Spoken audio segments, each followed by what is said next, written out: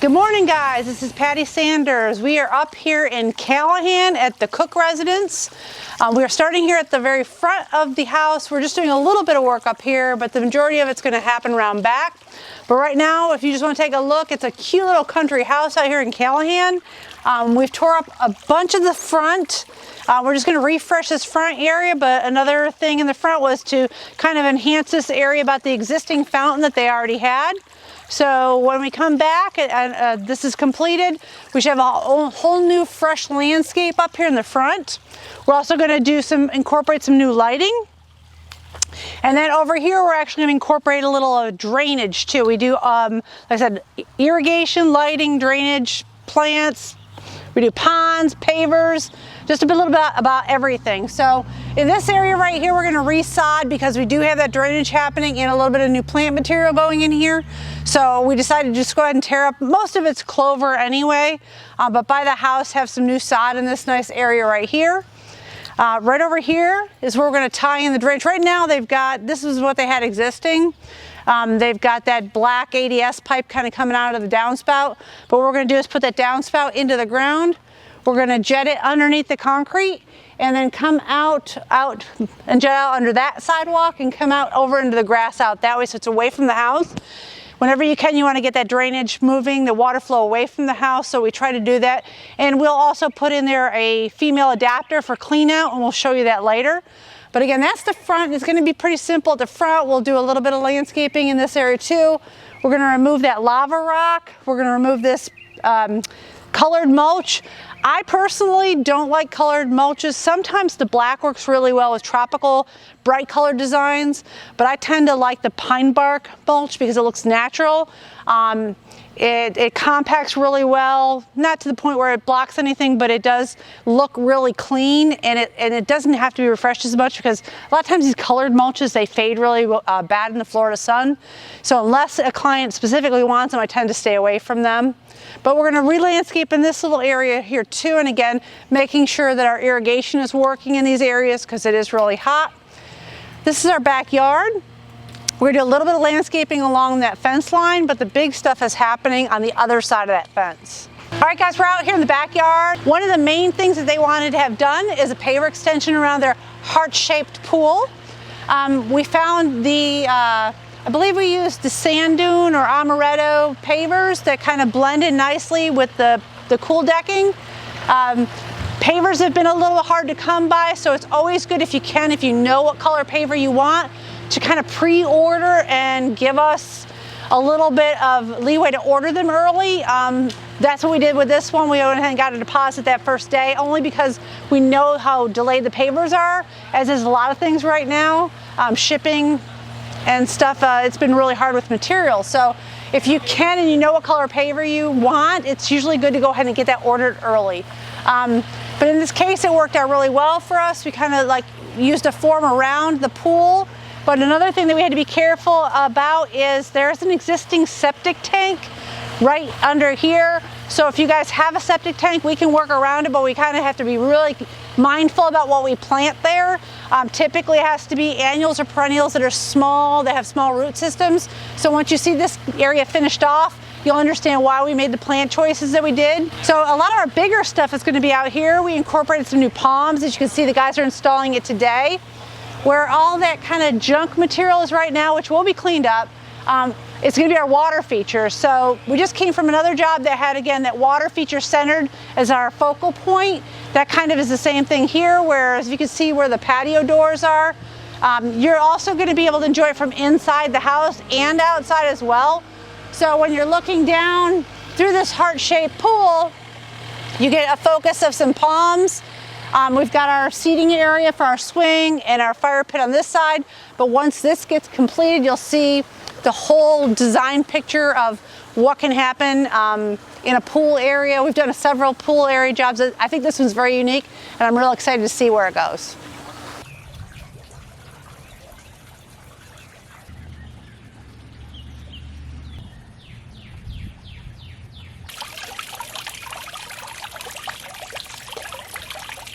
All Hi guys, this is Patti Sanders again with Earthworks out here at the Cook residence in Callahan, wrapping up our project out here in cow country.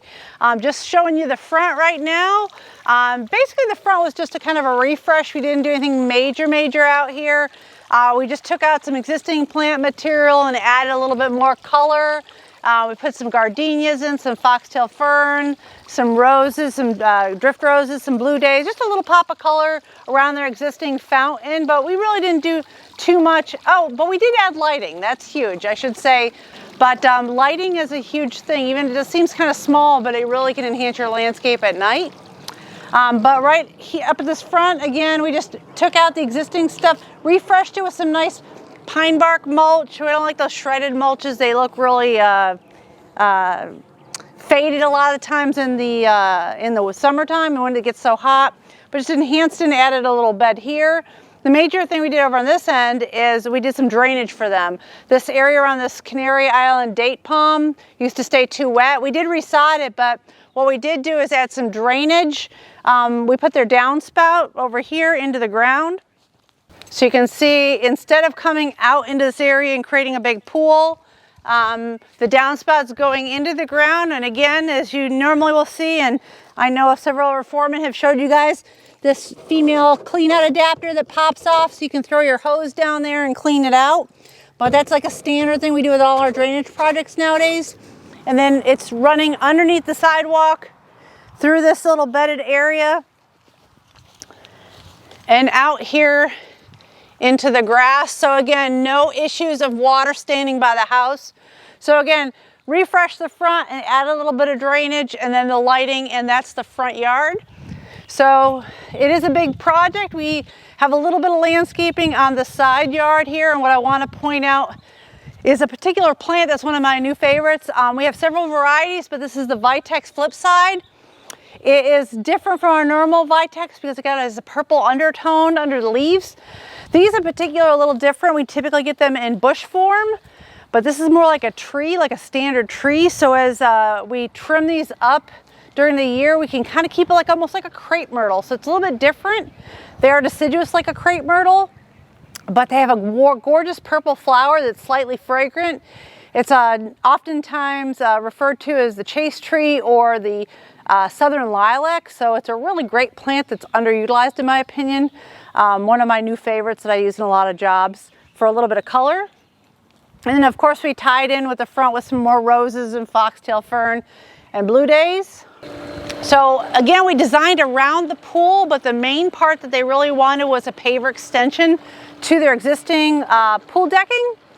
We went with the, I believe this was the Amaretto, which is very close. It almost is a seamless match to the pool decking. Really happy with the way it turned out. And we just kind of went around the outskirts of the pool and extended it, but added a couple cool shapes, like an area for a fire pit.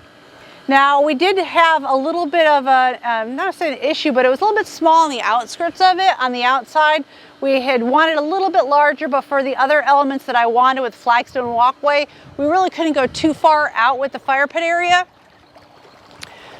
So what we did is we're going to put, you know, and have an area here where they could put some chairs, but they came to the nursery and we actually purchased this little bench at the nursery, the garden center.